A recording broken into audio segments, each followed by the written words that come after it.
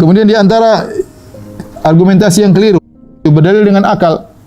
Ini sudah saya bahas dalam banyak majelis saya katakan bahwasanya akal bukanlah barometer untuk mengukur kebenaran. Oleh karenanya Imam Malik berkata ya laita syi'ri bi ayyi aqlin yuzanul kitab wa sunnah. Sungguh kabarkanlah kepadaku dengan akal siapa mau ditimbang Al-Qur'an dan sunnah, ya.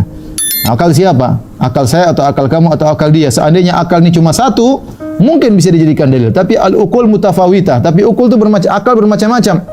Ya kita lihat IQ saja berbeda-beda. Kita saja zaman sekarang IQ orang berbeda-beda. Apalagi akal siapa? Mau akal orang Arab kah, akal orang Eropa kah, akal orang Asia kah?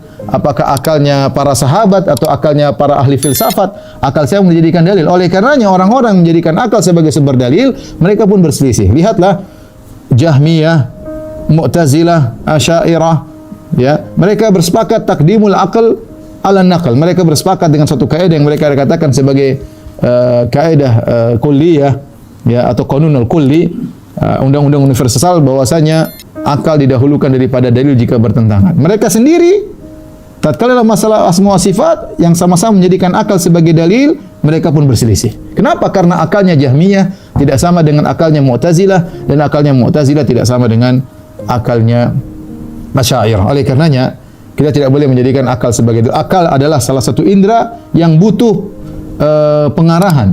Wahyu adalah cahaya yang mengantarkan akal tersebut.